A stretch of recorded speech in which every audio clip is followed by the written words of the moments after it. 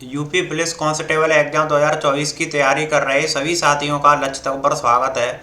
भारत के भूगोल से संबंधित टॉप 100 एमसीक्यू जो कि इस परीक्षा के लिए बहुत महत्वपूर्ण है। इतिहास के टॉप 100, यूपी जीके के 150 प्रश्नों की क्लास और संविधान के 100 प्रश्नों की क्लास भी आप चैनल पर जरूर देखें। इससे आगे आने वाली जो क्लास हैं, प्राचीन भारत के इतिहास से टॉप 100 आपके लिए प्रश्न बन करके आएंगे, इकोनॉमी से संबंधित भी प्रश्न लेकर के आएंगे और mix GK GS and static GK आपको पूरा कंटेंट मिलेगा इस एग्जाम की तैयारी के लिए, जिससे कि आप एक अच्छा स्कोर करके आ सकें। देखते हैं पहला प्रश्न, भारत के किस राज्य की सीमा चीन, नेपाल और भूटान से लगती है? इसका उत्तर ऑप्शन नंबर 20 सिक्किम से लगती है।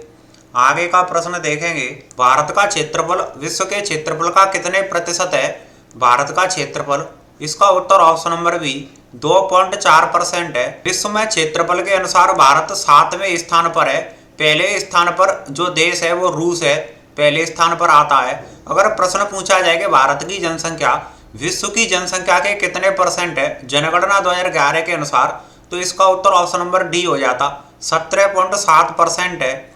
आगे का जो प्रश्न है उसे देखेंगे, कर्क रेखा भारत के कितने राज्यों से होकर गुजरती है? कर्क रेखा भारत के बीचों बीच से होकर गुजरती है और इसका उत्तर ऑप्शन नंबर डी 8 राज्यों से होकर गुजरती है। वो कौन से राज्य हैं, इसके लिए हम आपको एक ट्रिक बता देते हैं। मित्र पर गमछा झार, इस ट्रिक से आप इन 8 राज्यों को याद कर सकते हैं। मित्र एम, यहाँ पर जो मे है इसका मतलब हो जाएगा मिजोरम, और यहाँ पर ये त्र है इसका मतलब हो जाएगा आपका त्रिपुरा। यहाँ पर जो प है इसका मतलब पश्चिम बंगाल हो जाएगा। यहाँ पर ये रा है इसका मतलब राजस्थान हो जाएगा। ग का मतलब आपका गुजरात हो जाएगा, और यहाँ पर जो म है इसका मतलब मध्य प्रदेश हो जाएगा, और यहाँ पर ये छ है इसका मतलब आपका छत्तीसगढ़ हो जाएगा, और यहाँ पर जो झार है इसका मतलब हो जाएगा झारखंड। आप इस ट्रिक को नोटबुक में नोट कर लें और ये बहुत महत्वपूर्ण है। आगे का प्रश्न देखेंगे, भारत की नदियों में कौन कर्क रेखा को 2 बार पार करती है? कौन सी नदी कर्क रेखा को 2 बार पार करती है? इसका उत्तर ऑप्शन नंबर ए माही नदी इसे 2 बार पार करती है। अगला प्रश्न है, भारत किस गोलार्ध में स्थित है? भारत किस गोलार्ध में? इसका उत्तर ऑप्शन नंबर सी उत्तर और पूर्वी साइड में भारत स्थित है। ये जैसे पृथ्वी है, इसमें जो ऊपरी भाग है वो उत्तरी गोलार्ध है, और ये जो नीचे का भाग है ये दक्षिणी गोलार्ध है। यहाँ पर जो भारत है उसकी लोकेशन उत्तर और पूर्वी गोलार्ध में, यहाँ पर उत्तर और पूर्वी इस साइड में इंडिया आता है। आगे का जो प्रश्न है उसे देखेंगे, निम्न में से कौन सा देश भारत का पड़ोसी देश नहीं है? इनमें से कौन सा देश भारत का पड़ोसी देश नहीं है? इसका उत्तर ऑप्शन नंबर डी इंडोनेशिया। इसके लिए जो ट्रिक है उसे भी आप याद रखें, बचपन में MBA किया। यहाँ पर जो ब है इसका मतलब आपका हो जाएगा बांग्लादेश, इसे याद रखें, और ये जो चा है इसका मतलब हो जाएगा चाइना या चीन, और यहाँ पर जो पा है इसका मतलब हो जाएगा आपका पाकिस्तान, और यहाँ पर जो ना है इसका मतलब हो जाएगा आपका नेपाल, और एम का मतलब हो जाता है म्यांमार, एम का मतलब हो जाएगा म्यांमार। बी का मतलब आपका हो जाएगा यहाँ पर भूटान, जो बी है इसका मतलब भूटान हो जाएगा, और ए का मतलब आपका हो जाएगा अफगानिस्तान। इसे भी नोटबुक में नोट कर लें, ये ट्रिक आपके लिए बहुत महत्वपूर्ण है। आगे का जो प्रश्न है उसे हम देखते हैं, निम्न में से कौन सा भारत का पड़ोसी देश स्थल रुद्ध नहीं है? स्थलीय सीमा साझा नहीं करता है भारत के साथ, इनमें से कौन सा देश? इसका उत्तर option number C Sri Lanka. Sri Lanka Bharat का पड़ोसी देश है पर स्थल सीमा साझा नहीं करता है। श्रीलंका ये भारत के साथ पाक जलडमरू मध्य के साथ जुड़ा हुआ है, समुद्र से जुड़ा हुआ है। आगे का प्रश्न है देखेंगे, भारत के किस राज्य में कर्क रेखा की लंबाई 100 से कम है? किस राज्य में कर्क रेखा की लंबाई 100 से कम है? इसका उत्तर ऑप्शन नंबर सी राजस्थान में इसकी लंबाई 100 से कम है। आगे का प्रश्न है, दिन और रात होने के प्रमुख कारण क्या हैं?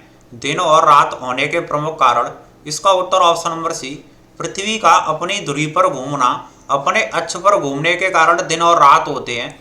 मौसम में परिवर्तन होने का जो कारण है, पृथ्वी सूर्य का चारों ओर चक्कर लगाती है, सूर्य के चारों ओर चक्कर घूमने के कारण मौसम परिवर्तन होता है। अपने अक्ष पर घूमने के कारण दिन और रात होते हैं। इन विशेष बातों को आप याद रखें। अगला प्रश्न, भोपाल गैस त्रासदी निम्न में से किसके कारण हुई? भोपाल गैस त्रासदी, इसका उत्तर option number D methyl isocyanate. भारतीय मानक समय IST किस स्थान पर वास्तविक समय IST? इसका उत्तर ऑप्शन नंबर डी मिर्जापुर। यहाँ का ये वास्तविक समय, भारत का जो मानक समय IST ये GMT ग्रीनविच मीन टाइम से 5.5 घंटे आगे रहता है, इसे भी आप याद रखें। और ये जो भारतीय मानक समय रेखा है ये इलाहाबाद के निकट मिर्जापुर से होकर के निकलती है। आगे का जो प्रश्न है, भारत की सबसे प्राचीन पर्वत श्रृंखला कौन सी है? भारत की सबसे प्राचीन पर्वत श्रृंखला कौन सी है? इसका उत्तर ऑप्शन नंबर बी अरावली पर्वत श्रृंखला है। और इसकी जो सबसे ऊंची चोटी है वो गुरु शिखर है, इसे भी आप याद रखें, गुरु शिखर, जो जिसकी ऊंचाई 1722 मीटर है। आगे का जो प्रश्न है उसे देखेंगे। दक्षिण भारत की सबसे ऊंची चोटी कौन सी है? दक्षिण भारत की सबसे ऊंची चोटी, उत्तर ऑप्शन नंबर बी होगा अनायमुड़ी। ये दक्षिण भारत की सबसे ऊंची चोटी है। और ये कहाँ पर स्थित है? ये केरल में स्थित है। इसकी ऊंचाई की बात करें तो 2637 मीटर इसकी कुल ऊंचाई है। आगे का प्रश्न देखेंगे। नर्मदा एवं ताप्ती नदियों के मध्य स्थित है, क्या स्थित है नर्मदा और ताप्ती नदियों के बीच? इसका उत्तर ऑप्शन नंबर है सतपुड़ा की श्रेणियाँ, जो सतपुड़ा की श्रेणियाँ हैं ये इनके मध्य स्थित है। आगे का प्रश्न है, निम्न में से किस पहाड़ी पर पूर्वी घाट पश्चिमी घाट से मिलता है? जो पूर्वी घाट है वो पश्चिमी घाट से मिलता है, किस पहाड़ी पर? इसका उत्तर ऑप्शन नंबर सी नीलगिरी की जो पहाड़ियाँ हैं, नीलगिरी की पहाड़ियाँ जो तमिलनाडु में, यहाँ पर जो पश्चिम घाट है वो पूर्वी घाट से मिल जाता है। आगे का जो प्रश्न है उसे देखेंगे। डोडा बेटा चोटी स्थित है, जो डोडा बेटा चोटी है ये कहाँ पर स्थित है? इसका उत्तर ऑप्शन नंबर सी अन्नमलाई पहाड़ियों पर ये स्थित है। इसकी जो ऊंचाई है 2637 मीटर के करीब है। अगला प्रश्न, भारत की दक्षिणतम पर्वत चोटी कौन सी है? भारत की दक्षिणतम पर्वत चोटी, इसका उत्तर ऑप्शन नंबर ए कार्डमम, इलायची चोटी के नाम से भी इसे जाना जाता है। आगे का जो प्रश्न है, निम्न में से कौन सम्मिलित नहीं है? इनमें से कौन सही सम्मिलित नहीं है? उत्तर ऑप्शन नंबर डी जो गारो पहाड़ियाँ हैं ये असम में नहीं है, गारो की जो पहाड़ियाँ हैं ये मेघालय में। और इसके बाद जो अनाईमुड़ी केरल, डोडा बेटा तमिलनाडु, नंदा देवी उत्तराखंड की चोटियाँ हैं। आगे का प्रश्न देखेंगे। माउंट एवरेस्ट शिखर पर चढ़ने वाली पहली महिला थी, इसका उत्तर option number C Junko Tabei, और ये जापान की रहने वाली थी। 1975 में इन्होंने माउंट एवरेस्ट फतेह किया। आगे का जो प्रश्न है देखेंगे। प्रथम भारतीय नारी जो एवरेस्ट शिखर पर चढ़ने में सफल हुई थी, कौन सी भारतीय नारी? इसका उत्तर ऑप्शन नंबर है बछेंद्री पाल थी, और 1984 में माउंट एवरेस्ट पर चढ़ी थी। नेक्स्ट, भारत की सर्वोच्च पर्वत चोटी कौन सी है? भारत की सबसे ऊंची पर्वत चोटी कौन सी? इसका उत्तर ऑप्शन नंबर है K2 गॉडविन ऑस्टिन, ये भारत की सबसे ऊंची पर्वत चोटी है। आपको एक बात याद रखनी है, अगर भारत में स्थित पूछा जाए, क्योंकि ये जो आती है ये POK में आती है, अगर भारत की सबसे ऊंची चोटी पूछी जाए जो भारत में स्थित है तो इसका उत्तर ऑप्शन नंबर बी हो जाता, कंचनजंगा हो जाता। इस बात को भी आप याद रखें। आगे का प्रश्न, कौन सही सम्मिलित नहीं है? इनमें से कौन सही सम्मिलित नहीं है? उत्तर ऑप्शन नंबर डी जो सांगला घाटी है ये राजस्थान में नहीं है, ये जो सांगला घाटी है ये हिमाचल प्रदेश में, इसे आप याद रखें। शांत घाटी केरल, कुल्लू घाटी हिमाचल में, और जुकू घाटी नागालैंड में। आगे के जो प्रश्न है देखते हैं। निम्न में कौन सही सम्मिलित नहीं है? इनमें से कौन सा सही सम्मिलित नहीं है? उत्तर ऑप्शन नंबर ई जो जोजिला दर्रा है ये बिहार में स्थित नहीं है, जोजिला दर्रा ये सिक्किम में, इसे भी आप याद रखें। जोजिला दर्रा सिक्किम में, रोहतांग दर्रा हिमाचल में, नाथुला सिक्किम में, सिपकीला भी हिमाचल में, और लिपुलेख जो है वो उत्तराखंड में। यूपी पुलिस कांस्टेबल के इस एग्जाम के लिए आप संविधान के टॉप 100, इतिहास के टॉप 100 प्रश्नों की क्लास और यूपी जीके के 150 प्रश्नों की क्लास, जीके जीएस के टॉप 100 MCQ की ये क्लास, आप ये सभी क्लास चैनल की प्लेलिस्ट में और इस वीडियो के डिस्क्रिप्शन में भी जाकर के देख सकते हैं।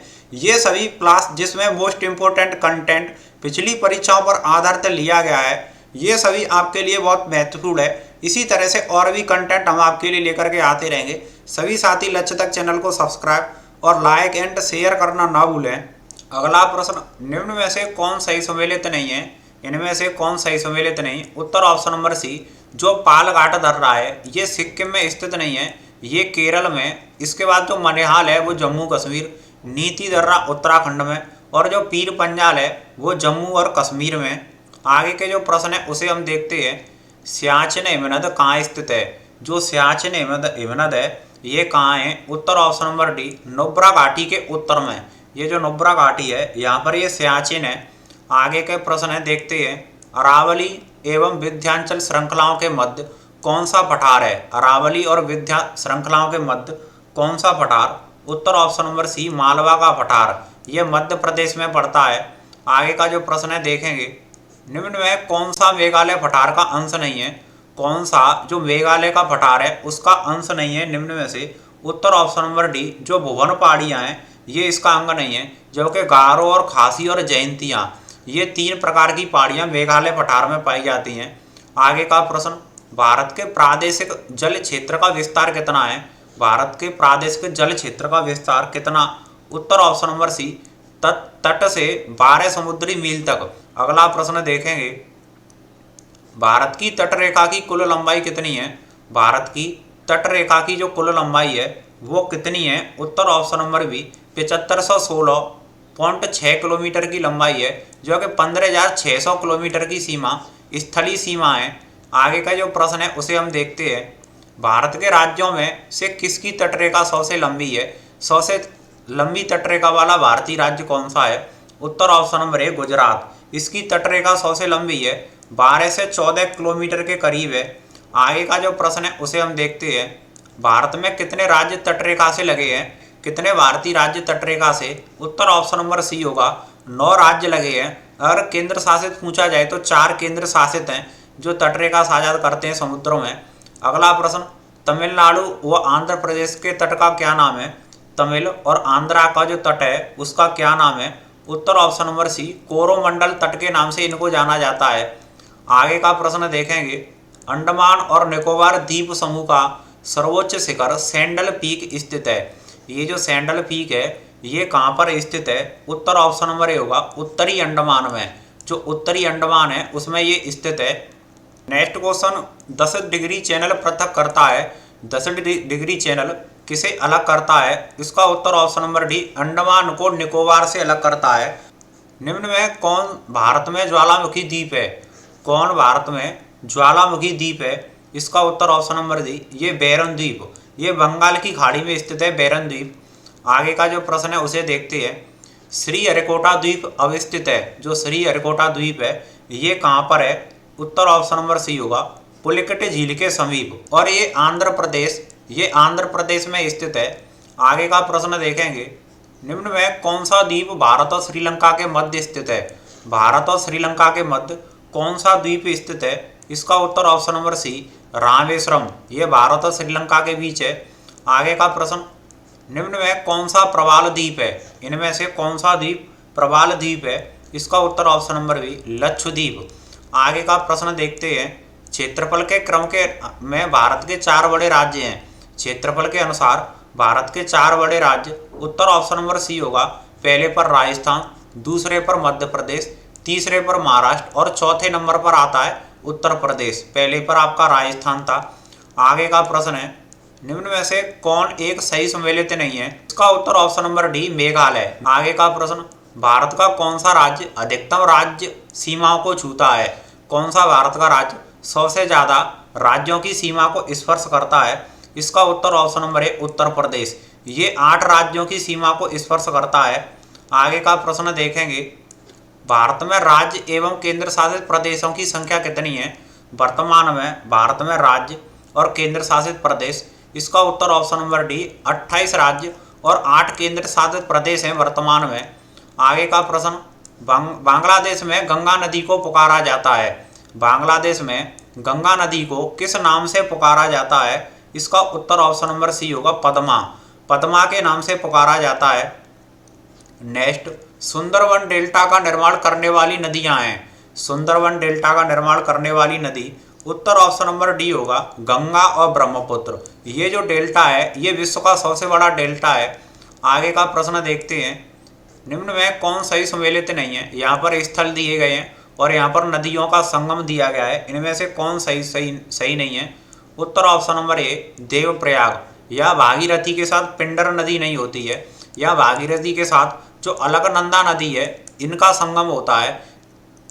अगला प्रश्न, भारत की सबसे लंबी नदी है, भारत की सबसे लंबी नदी कौन सी है? उत्तर ऑप्शन नंबर सी गंगा नदी भारत की सबसे लंबी नदी। इसकी लंबाई की बात करें तो 2525 किलोमीटर इसकी कुल लंबाई है। आगे का प्रश्न देखेंगे, यमुना की सहायक नदी नहीं है, इनमें से कौन सी नदी यमुना की सहायक नदी नहीं है? उत्तर ऑप्शन नंबर डी होगा रामगंगा।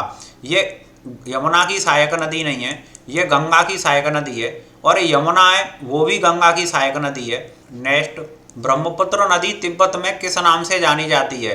ब्रह्मपुत्र नदी तिब्बत में किस नाम से? उत्तर ऑप्शन नंबर बी होगा सांगपो, इसे सांगपो के नाम से जाना जाता है। अगला प्रश्न, ब्रह्मपुत्र नदी का भाव क्षेत्र क्या है?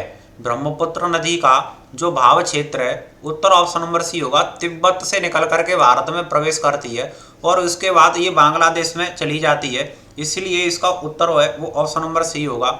आगे का जो प्रश्न है देखते हैं, ब्रह्मपुत्र की सहायक नदी नहीं है, इनमें से ब्रह्मपुत्र की सहायक नदी नहीं है, उत्तर ऑप्शन नंबर डी होगा यमुना। ये ब्रह्मपुत्र की नदी सहायक नदी नहीं, जबकि देहांग, दिबांग और तीस्ता और एक नदी और है लोहित, इसे भी आप याद रखें।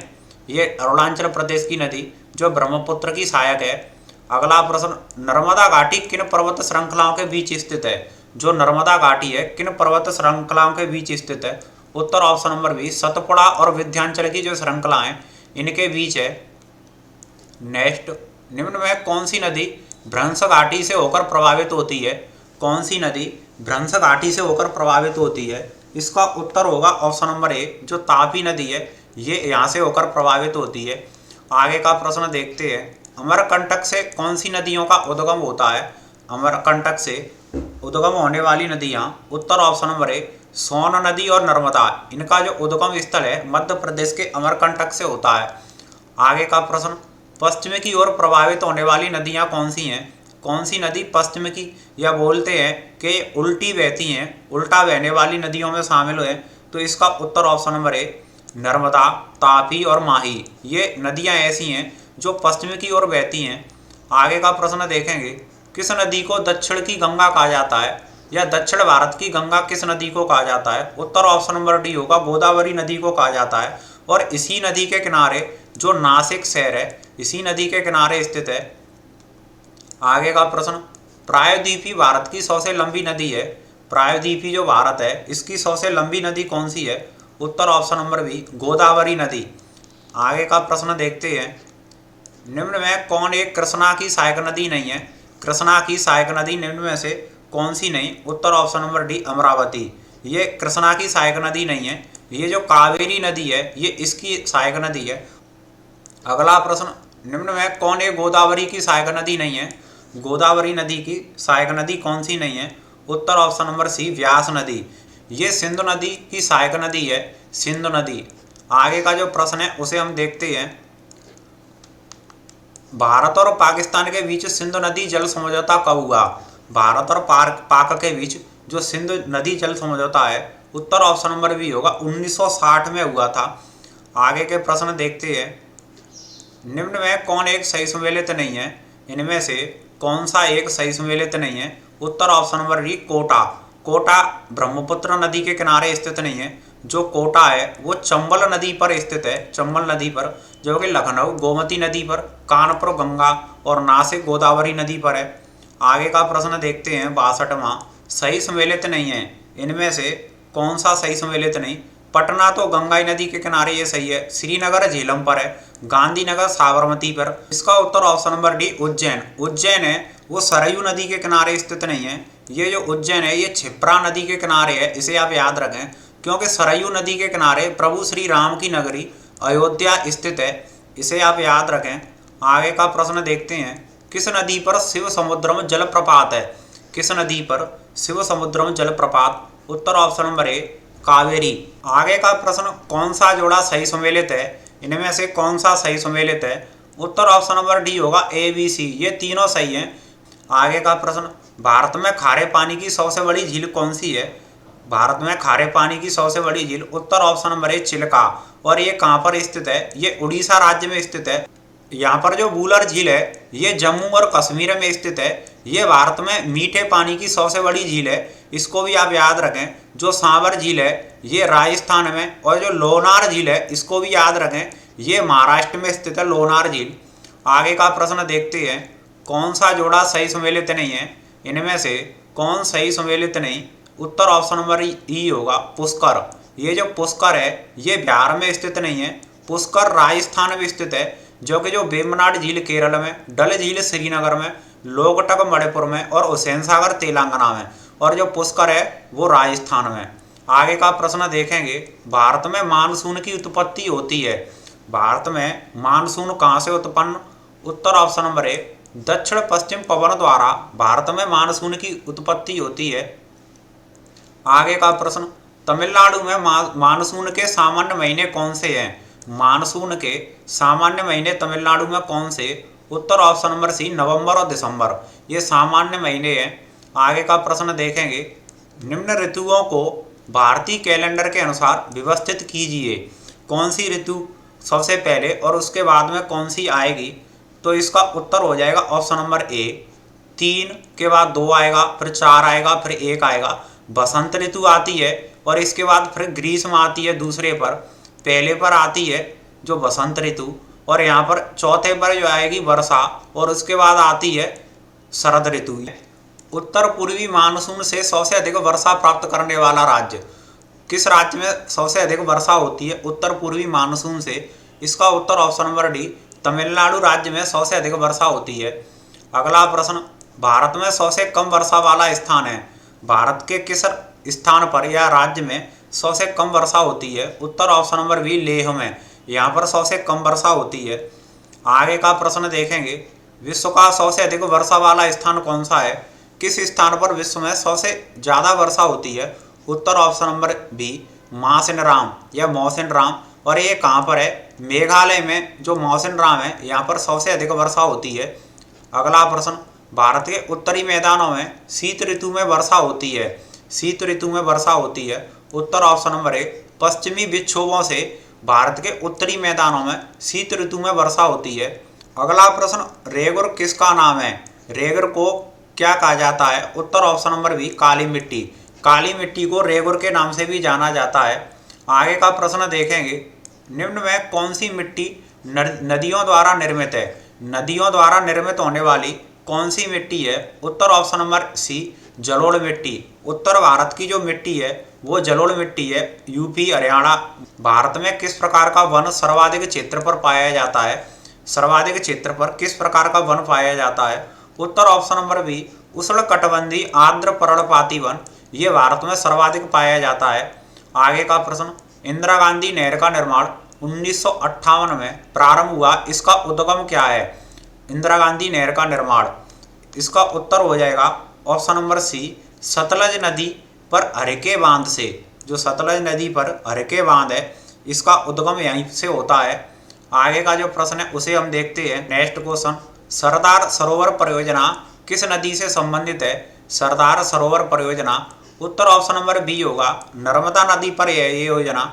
आगे का प्रश्न देखेंगे, भाखड़ा नागल एक संयुक्त परियोजना है। जो भाखड़ा नागल परियोजना संयुक्त पर ये कहाँ पर है। उत्तर option number C Haryana, Punjab और राजस्थान की ये संयुक्त परियोजना है। आगे का प्रश्न देखेंगे, नागार्जुन सागर बांध आंध्र प्रदेश में पर ये किस नदी पर है। इसका उत्तर ऑप्शन नंबर है ये कृष्णा नदी पर है। नागार्जुन सागर बांध ये कृष्णा नदी पर आंध्र प्रदेश में। आगे का प्रश्न, निम्न में कौन सा जोड़ा सही नहीं है। इनमें से कौन सा जोड़ा है जो सही नहीं। उत्तर ऑप्शन नंबर डी टेहरी बांध। ये जो टेहरी बांध है ये कृष्णा नदी पर नहीं है। टेहरी बांध गंगा नदी पर स्थित है, जबकि हीराकुंड बांध महानदी पर। गांधी सागर है बांध चंबल पर, और गोविंद बल्लभ पंत सागर ये रिहंद नदी पर है। आगे का प्रश्न, कौन से नदी को बंगाल का शोक कहा जाता है। इसका उत्तर ऑप्शन नंबर सी दामोदर नदी को बंगाल का शोक कहा जाता है। आगे का प्रश्न देखेंगे, विश्व में हरित क्रांति के जनक कौन थे। विश्व में हरित क्रांति के जनक निम्न में से कौन थे। उत्तर ऑप्शन नंबर ए होगा नॉर्मन ई बोरलॉग। भारत में हरित क्रांति का पिता या जनक किसे कहा जाता है। किसे कहा जाता है। उत्तर ऑप्शन नंबर बी स्वामीनाथन को कहा जाता है। अगर पूछा जाए दुग्ध क्रांति, अगर दुग्ध क्रांति के जनक तो डॉक्टर कुरियन है। अगला प्रश्न, हरित क्रांति 1966-67 से संबंधित है। ये हरित क्रांति है, ये किसके उत्पादन से संबंधित है? इसका उत्तर ऑप्शन नंबर डी, गेहूं उत्पादन से। ये जो हरित क्रांति है ये गेहूं के उत्पादन से संबंधित है, खाद्यान्न उत्पादन। अगला प्रश्न, निम्न में कौन सा जोड़ा सही नहीं है? इसका उत्तर ऑप्शन नंबर ई, काली क्रांति। मांस और टमाटर से संबंधित नहीं है। जो काली क्रांति है इसे याद रखें, ये पेट्रोलियम उत्पादन से संबंधित है। आगे के प्रश्न है उनको देखते हैं। नगदी फसल में सम्मिलित नहीं है। इनमें से कौन सी फसल नगदी फसल के तौर पर नहीं जानी जाती है? उत्तर ऑप्शन नंबर डी होगा, गेहूं। जो कि गन्ना ये उत्तर प्रदेश की सबसे महत्वपूर्ण नगदी फसल है। कपास और जूट ये नगदी फसल या वाणिज्य फसल में आते हैं। अगला प्रश्न, रबी की फसल नहीं है। इनमें से कौन सी फसल रबी की नहीं? उत्तर ऑप्शन नंबर ई, मक्का। ये रबी की फसल नहीं है। जो कि चना, आलू, गेहूं, जौ ये मटर, सरसों, मसूर या सर्दियों में की जाने वाली जो फसल हैं वो रबी की फसल होती हैं। आगे का प्रश्न है उसे हम देखते हैं। खरीफ की फसल नहीं है। इनमें से कौन सी फसल है वो खरीफ की फसल नहीं है? इसका उत्तर ऑप्शन नंबर डी, मसूर। मसूर की जो फसल है ये खरीफ की नहीं है, ये रबी की है। जो कि मूंगफली, बाजरा, धान और मक्का, इसे भी आप याद रखें, मक्का ये सभी की जो फसल है ये खरीफ की हैं, जो वर्षा ऋतु से संबंधित हैं। आगे का प्रश्न, भारत में लौह अयस्क के प्रकारों में सर्वाधिक भंडार किसका है? लौह अयस्कों में सर्वाधिक भंडार किस प्रकार का है? इसका उत्तर ऑप्शन नंबर है, हेमेटाइट। इसका सर्वाधिक भंडार है। आगे का प्रश्न देखते हैं। निम्न में कौन सा जोड़ा सही सम्मिलित नहीं है? कौन सही सम्मिलित नहीं? उत्तर option number D, Raniganj. Raniganj जस्ता के लिए नहीं जाना जाता है। जो रानीगंज है ये कोयला के लिए प्रसिद्ध है। जो कि काला अंडी में बॉक्साइट, कोलार में सोना, पन्ना में हीरा पाया जाता है। आगे का प्रश्न देखते हैं। राष्ट्रीय कृषि अनुसंधान प्रबंधन अकादमी कहाँ स्थित है? राष्ट्रीय कृषि अनुसंधान प्रबंधन अकादमी कहाँ? उत्तर ऑप्शन नंबर सी होगा, ये हैदराबाद में स्थित है। आगे के जो प्रश्न है उनको देखते हैं। निम्न में से कौन सही सम्मिलित नहीं है? इनमें से कौन सही सम्मिलित नहीं? उत्तर ऑप्शन नंबर डी, केंद्रीय सड़क अनुसंधान संस्था। ये आगरा में स्थित नहीं है। ये जो संस्था है ये दिल्ली में, जो कि केंद्रीय आलू अनुसंधान शिमला, राष्ट्रीय डेयरी अनुसंधान केंद्र करनाल, भारतीय गन्ना अनुसंधान संस्था लखनऊ में, इनको भी आप याद रखें। आगे का प्रश्न, कांडला बंदरगाह स्थित है। कांडला बंदरगाह कहाँ पर स्थित है? उत्तर ऑप्शन नंबर एक, कच्छ की खाड़ी में। गुजरात कच्छ की खाड़ी में कांडला बंदरगाह है। आगे का प्रश्न देखेंगे। निम्न में से कौन भारत के प्राकृतिक बंदरगाह है? इनमें से कौन सा बंदरगाह प्राकृतिक? उत्तर ऑप्शन नंबर एक, कोची और विशाखापट्टनम। आगे का प्रश्न देखते हैं। निम्न में कौन एक भारत का बायोडाइवर्सिटी हॉटस्पॉट नहीं है? बायोडाइवर्सिटी हॉटस्पॉट इनमें से कौन सा नहीं? उत्तर ऑप्शन नंबर डी, विंध्यन। आगे का प्रश्न, निम्न में कौन एक वैश्विक ऊष्मन के लिए उत्तरदायी नहीं है? वैश्विक जो तापमान है उसकी बढ़ोतरी के लिए इनमें से कौन सा जिम्मेदार नहीं है? उत्तर ऑप्शन नंबर बी, ऑर्गन। अगला प्रश्न, भारत का कौन सा पड़ोसी देश लक्षद्वीप समूह के दक्षिण में स्थित है? लक्षद्वीप समूह के दक्षिण में कौन सा है? उत्तर ऑप्शन नंबर बी होगा, श्रीलंका। ये इसके दक्षिण में। आगे का जो प्रश्न है उसे देखते हैं। भारत में उस स्थान का नाम बताइए जब बंगाल की खाड़ी, अरब सागर और हिंद सागर मिलते हैं। बंगाल की खाड़ी, अरब सागर और हिंद महासागर ये तीनों मिलते हैं, पर ये किस स्थान पर मिलते हैं? उत्तर ऑप्शन नंबर बी होगा, कन्याकुमारी। कन्याकुमारी पर ये तीनों मिलते हैं। आगे का जो प्रश्न है उसे हम देखेंगे। अंतिम प्रश्न और है, निम्न में कौन सही सम्मिलित है? इनमें से कौन सही सम्मिलित? उत्तर ऑप्शन नंबर डी होगा, उपयुक्त सभी। जो टाइगर प्रोजेक्ट 1973 में, हाथी प्रोजेक्ट 1992 से संबंधित, होंगल प्रोजेक्ट 1970 से संबंधित है। उम्मीद है ये क्लास आपके एग्जाम के लिए बहुत यूजफुल होगी। सभी साथी लक्ष्य तक चैनल को सब्सक्राइब एक बार सभी को शेयर जरूर कर दें और लाइक करना ना भूलें। मिलते हैं दोस्तों अगली वीडियो में। बहुत बहुत धन्यवाद।